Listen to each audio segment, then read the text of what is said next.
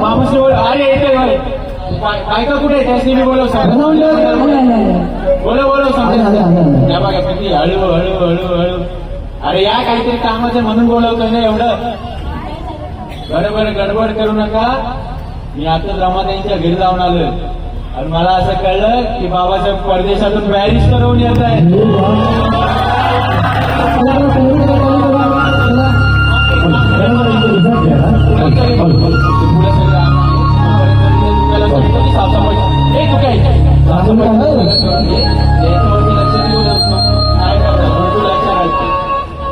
झाली का तयारी झाली समजी. अरे अजून रांगोळी काय झाली समजी तयारी झाली. इकडची साफसफाई ते झाली ते फुलं बिलं समजी आणली समजी तयारी झाली. आता बाबासाहेब कुठल्या क्षणी येतील.